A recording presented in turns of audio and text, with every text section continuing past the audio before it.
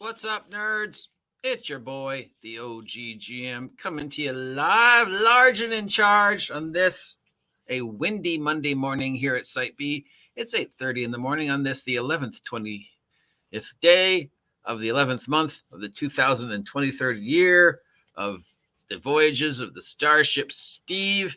And it's time to take a look at all the tabletop role-playing game news. That's right, it's time to open up our maps, chart our course with our Sextant, Sextant, and take a look at the tabletop role-playing game stories that are going to shape the course of this week and how much shenanigans we can get up to by responding to them. We have two main stories, both of which, not surprise, come from Wizards of the Coast. Story number one is the Book of the Deck of A Many Things, you know, that whole thing, and the fact that it seems to be indefinitely delayed. Don't worry, you can still get the online digital version. You just can't get the physical version yet. That said, they have given us some reviews of the cards and how the cards are safer and more whimsical, and some of the cards seem to be extremely overpowered, while the others of the cards seem to be just sort of harmless and pointless. Like, if we looked at examples, one was like, oh, pull this card, get a free short rest. Discard card. Oh, wow. Okay. I pull this card. I get a nap.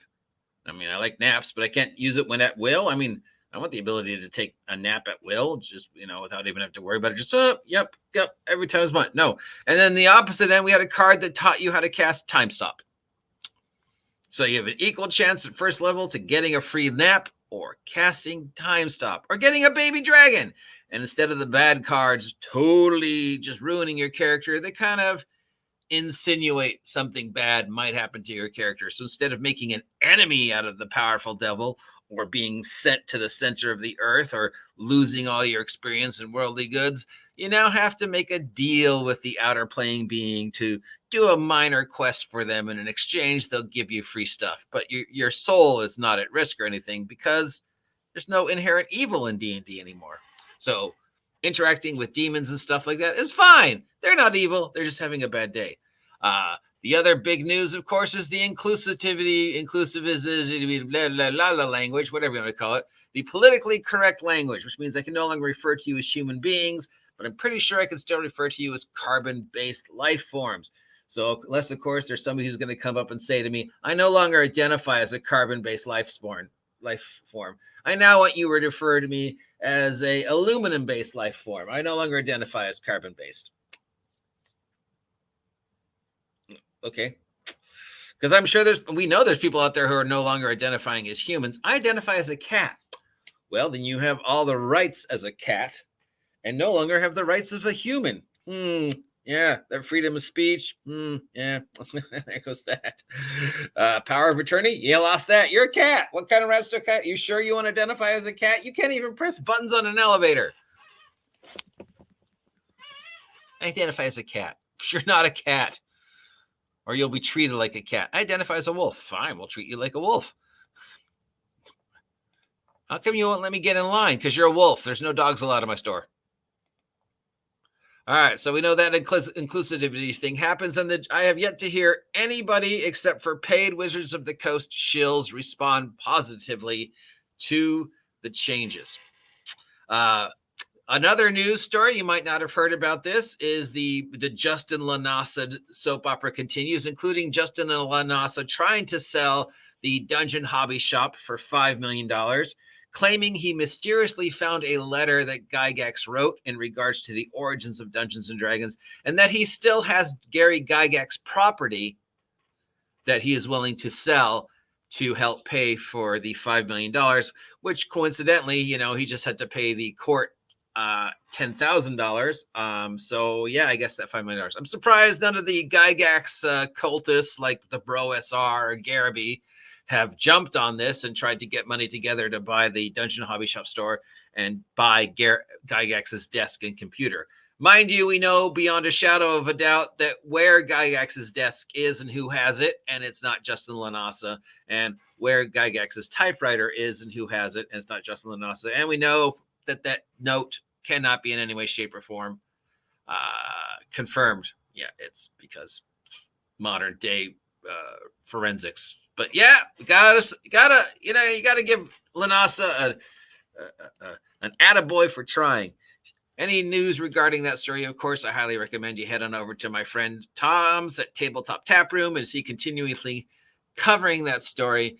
But, if it mentions Gygax, we got to take a look at the priority of Gygax, those guys, those Broasar types. Moving on, the Pathfinder Player Core and GM Core books are now available. Just in time for all the people who have finally finished collecting their Pathfinder 2 2nd edition run. You now have to toss that out the window and start all over with this. And that's it. You would think there'd be some more, but there isn't. And of course, all the Black Friday sales are starting for the various tabletop role-playing game things. So throughout the week, we're going to check the Target website, the Amazon website, the other gaming places websites to see if there's anything marked down. So let's head on over to Target, since we already did Amazon for today, and see if they have their Black Friday sales next. Black Friday started today. Let's see if we have a search. So let's go Dungeons and Dragons.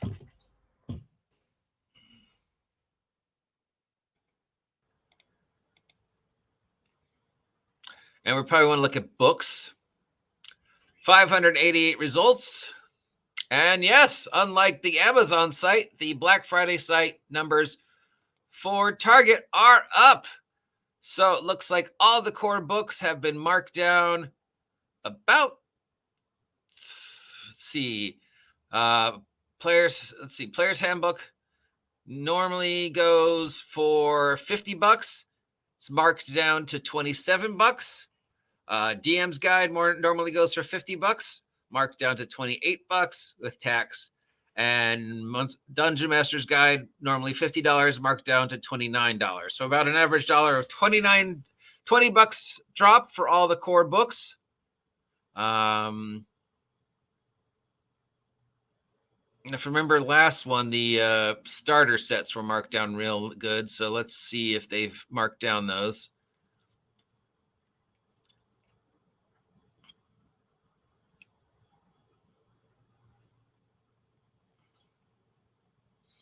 You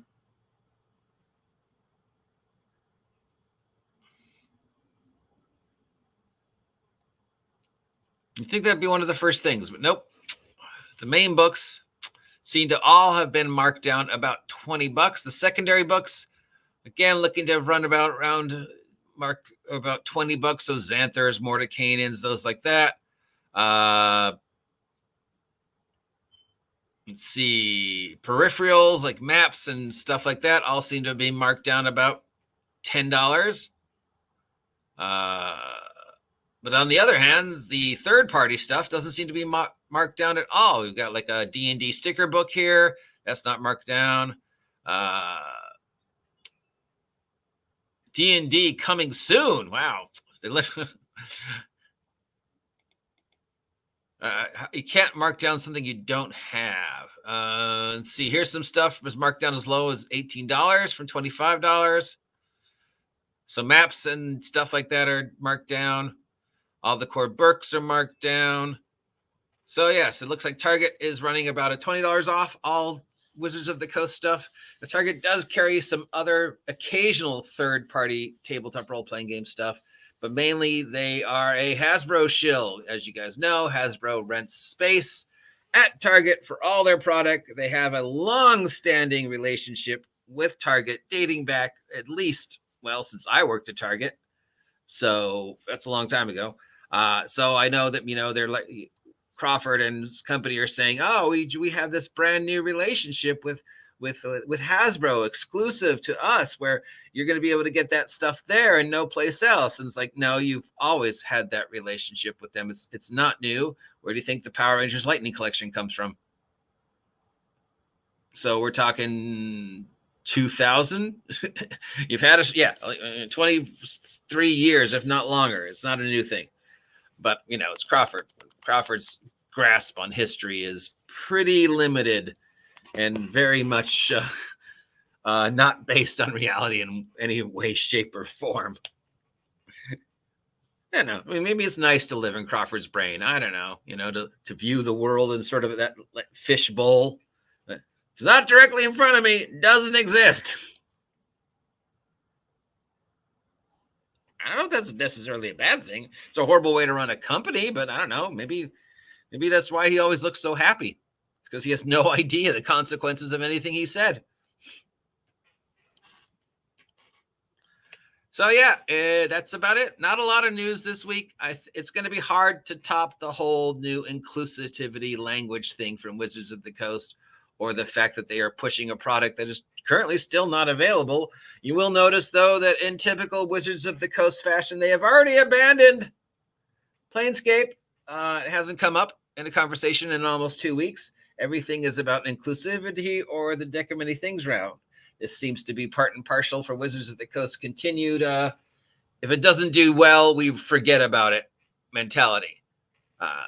If it sells well, if we think it's getting press, we'll push the hell out of it. So the Deck of Many Things is getting press, mostly negative press, but it's still getting press. So of course they're focusing on that. The inclusivity thing is still getting press, 99% of it negative press, but they're still it's still press, so they're gonna focus on it, because even bad press is press for Hasbro and Wizards of the Coast. And in regards to anything regarding the Gygax Lanasa nonsense, I'd highly recommend again you head on over to Tabletop Tap Room, monitored by my friend Tom, for all the latest news in the never-ending Justin Lanasa, Gary Gygax, TSR, Wizards of the Coast soap opera. Yay! We'll check in again tomorrow on the Black Friday sales. Until then, that's it for the news this week. I'm your humble guide on this windy Monday to all the tabletop role-playing game nonsense that is our wonderful hobby. If you appreciate this, please consider giving me a subscribe. Help me hit 2,000 subs. And don't forget, my merch is on sale at the Red Room. So now's a great time to get yourself started on the #1 selling product, the Wretched Vigilantes storyline, which is I'm working on the 3rd and final book even as we speak. So yeah, thank you for each and every one of you who's joined me on this amazing Wretched Vigilantes adventure. Until then, have a great day. Stay safe. It is really windy, and I'll talk